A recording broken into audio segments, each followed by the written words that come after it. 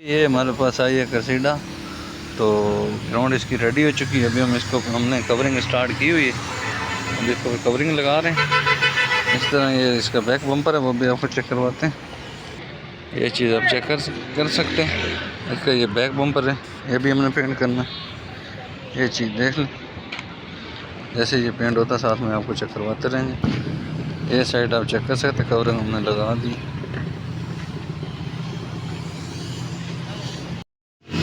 ये back bumper को भी हम अभी कवरिंग लगा रहे हैं। इसके बाद कलर स्टार्ट करेंगे, वो भी आपको चेक करवाएंगे साथ में।